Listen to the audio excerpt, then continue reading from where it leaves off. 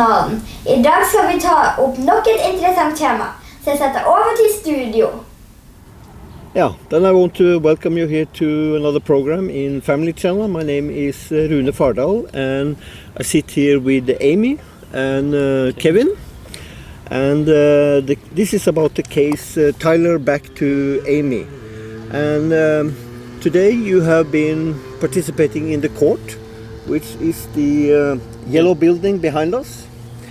And today it was your lawyer and the lawyer for childcare who represented the case. Yes. Yeah, their side of the case. Yes. They said, their side of the case, important point. Their side of the case. Yeah. And you give your explanation. Yeah, I had my time today, and so did Kevin. Yeah. That was about almost what happened today. Yeah. Because you have another day tomorrow. Exactly. With witnesses. With witnesses yes. from childcare and psychologists and different things exactly. like that. Okay. How do you feel the day went today? I feel it's kind of prejudged. We have had this judge in a previous court hearing.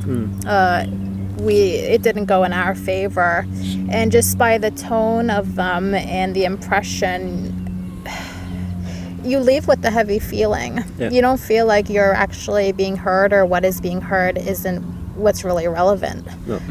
It's already been decided beforehand. Yeah. That they're kind of just picking through the leaves to find out what they can use against us.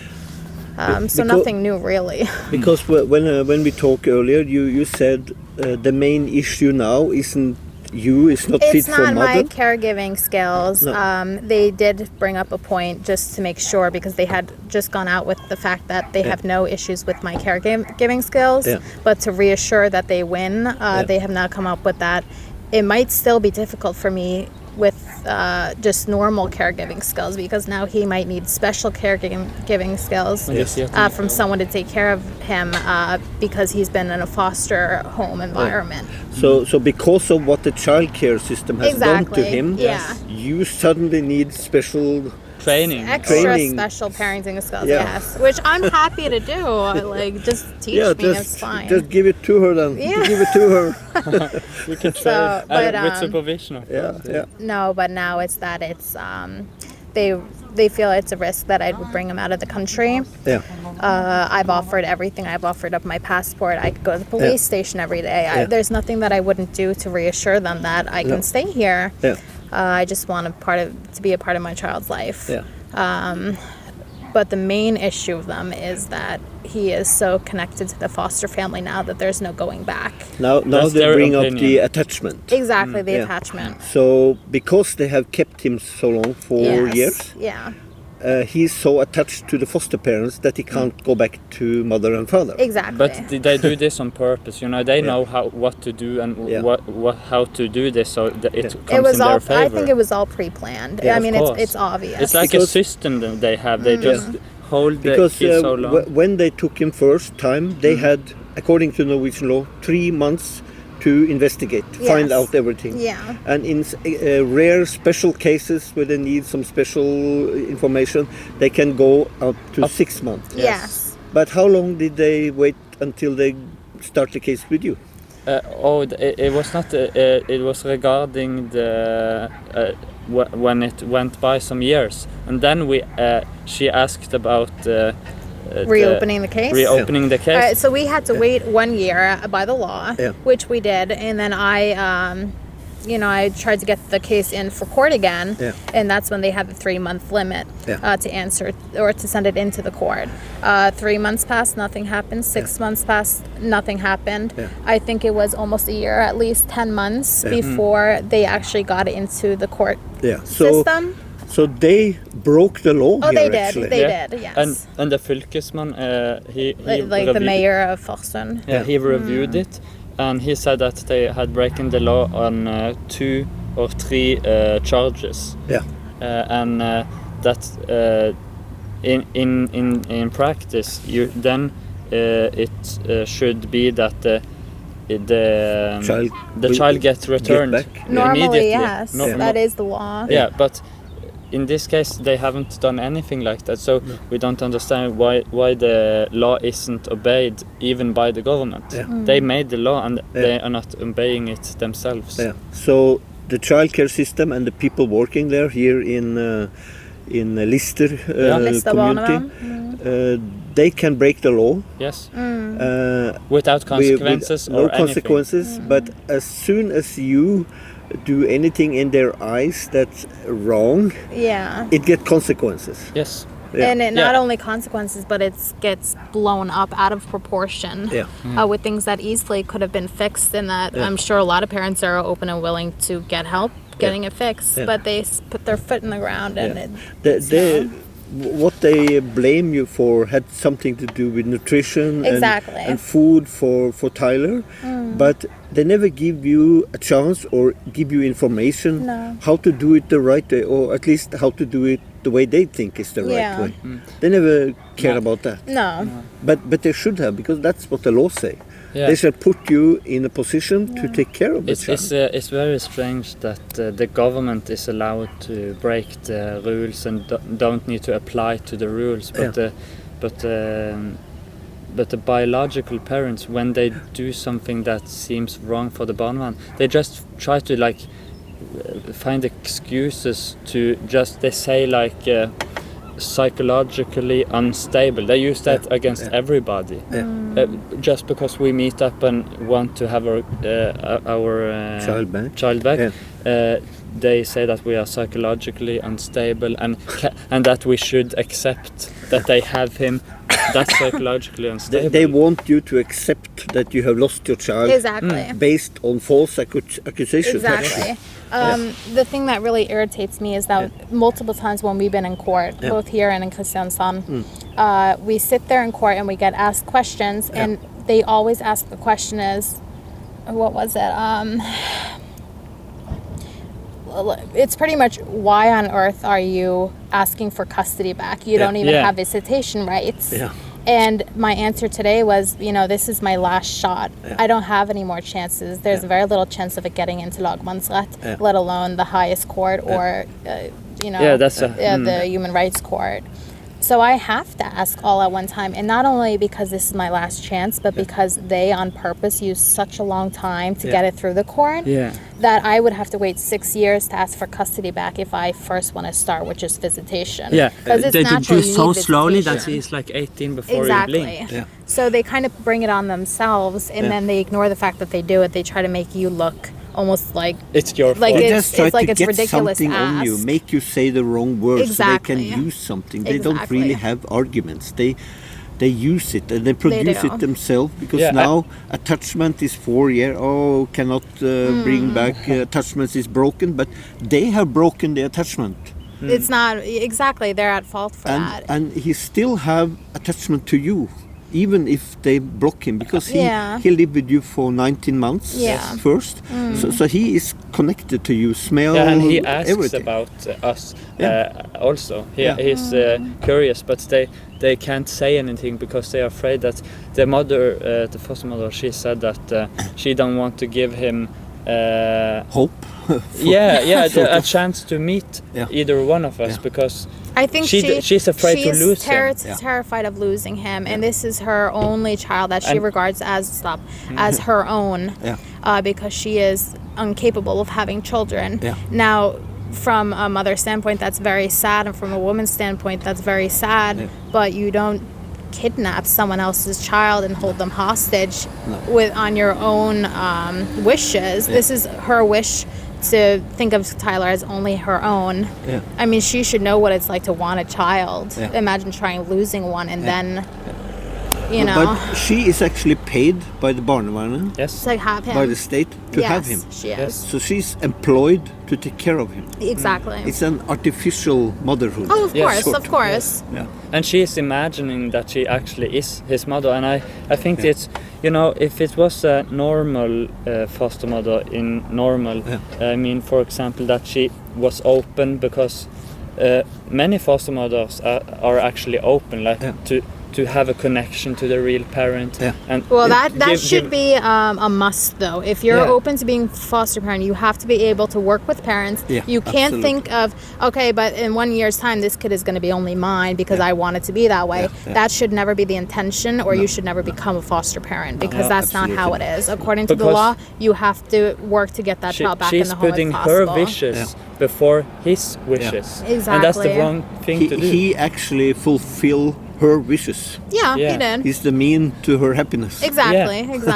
And that's the wrong way around. Exactly. As far as I know. Yes. She should be the one that give him the opportunity fulfillment. To see and if actually, that's okay. He should stay with his mother, and you should be there, not some artificial mother who cannot get children for herself, so she buys some and actually get money for it. I reacted one thing you mentioned earlier. He was crying. And they tied him up. No, he was crying at the night in the crib, calling for mommy and daddy, calling for us. And he went up, and they put him down to bed, up and down. So he wouldn't lie down. He wouldn't lie down, and they had to put him in the crib. So they didn't want to bother. Yeah, it stands. They didn't want to bother, do it anymore. So they tied him down with his feet and his hands. Locked him to the crib. Yes. They did. Yes. I wonder if a biological mother had done that. I think childcare would have been there that fast. And you know what? They should be. They should be. I mean, at least so you help the parents realize that's not okay. But I mean, for me, that's not acceptable. And the fact that the Barnevernet is completely aware of what's going on, and it's acceptable because it's the foster or temporary foster parents who are doing it. That's not okay. No, absolutely not. It's terrifying, really. Okay, there was a lot of people, 10 people I think, coming from different part of Norway, actually supporting you here today. Very nice. And this place, I can tell for the foreign viewers, it's not the center of Norway. This is far out. It's one of the southern province. We are very close to the most southern point in Norway. Exactly. And there are quite a bit distance to any city here. The population is like 8,000 or something. 10. It's not many around here. That much. So, but we hope now you have tomorrow one more day with witnesses, and then it take a week or a few weeks for decision from court, and then we will know what that decision will be. Exactly. That you can appeal or work on with, but. Maybe this is a case that can actually end up in human rights court because it's to set the standard because it's so special. In many areas, because it's a Barnevernet case is always special in a kind of way, but this is special because of the circumstances that there was no violence, abuse of any kind, neglect. Because if it was, I would understand. It was just two parents who have their first child and we were so young. Experienced all the challenges that follow with it. They need some advice about feeding and this and that, but you were never given a chance to that. They never informed you. It's better to do like this or this. Give her that and that. They just come. And take after and delayed, get a job. Delayed the process. So they get the Barnevernet employees to have a job, and the Barnevernet lawyers have a job, and everybody's happy with that, except Tyler and us. They need children to stay and work themselves, and Tyler is one of them. Yes, unfortunately he is. Okay, I'm sure we haven't heard the last of this story. Tyler back to Amy, as it's called. I know that people have been outside the embassy in Vienna today, demonstrating against this, and not so long ago there was a bigger demonstration down in Vienna. In Vienna, I actually took part in that myself. I wish I could. But we have to raise awareness of this kind of behavior from the Norwegian Barnevernet child care system here, because it has nothing to do. They break the law. We know that already. They obviously don't have the understanding. the knowledge of how to do this, the academic knowledge. They are breaking all the rules in the book. Like the human rights, the general Norwegian law, and like every rule you can possibly think. It's broken, but it doesn't have any consequences for them. Exactly, and that's a big issue. But if you had broken one, I promise you, you probably you'll have never felt hear it. the end of it. And you don't can't even get over that point. You don't even need to, as a biological parent, you don't even need to break the law regarding your care for your child. They make stuff up and they just and they're take so him first easily and ask believed after. By the Norwegian court. Everybody believe them when they say something. Exactly. There is no, where is the proof? There of is this? no, Where you don't is the need any proof. No, you don't need And that's it. a big problem here, I would And say. the court system is so slow also, so that's no, it's not strange that it takes like 5 years and then they ask, but you don't even know him now. So now is the argument, it's so long time you see him, the attachment is broken, they say. Yes. Now he's attached to the foster mother. What kind of argument is that? Everybody who know about attachment know that it doesn't end, and he can attach to more than one person. and he can reattach but it seems to they don't her want to risk or it. me. So. Okay, we'll not make this one so long. But we hope everybody out there support Kevin and Amy, so Tyler can come back where he belongs in his biological family. And this is a sort of trial case, because this is showing all the bad things going wrong at the same time. And the arrogance of the system. Oh, of course, absolutely. I never felt it's very arrogant, and when you come in, you just feel like you're a part of a picture that they paint Norway as a democratic country, because like within the Barnevernet system, it's not really democratic. All is beforehand decided. Tyrannic, more. Of course. So we come in and we have to paint the picture so it looks like we have a fair chance, but we really don't. We don't. We know that when we go in there, it's no chance. No matter what, but you have to try for him. Of course. Of course we're going to try. You are making the history now, because one day he is understanding this. Who could be saved he knows if we get a who stop he to belongs this. to. That you fight, that he will one day look at the internet and see how you fight, how many people fight for him, and that will be important for his. I think so too. That he knows, you know what, we never give up on him, and that's really my final goal. If nothing else works, is that when he's old enough, he's gonna know that, you know what, my mom and dad, they fighted for me, they loved me, they never gave me up. And that's my wish. That's how parents should do. They shouldn't do like the childcare want.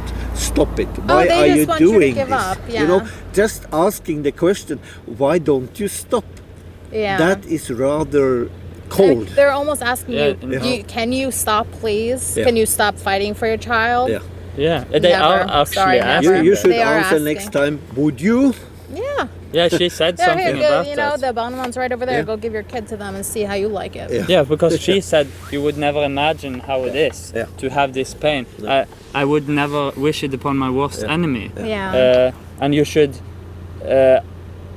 really be glad that you're never going to be in a position where you lose your child. They're safe. They're safe because they work there. They're safe because very they work. safe.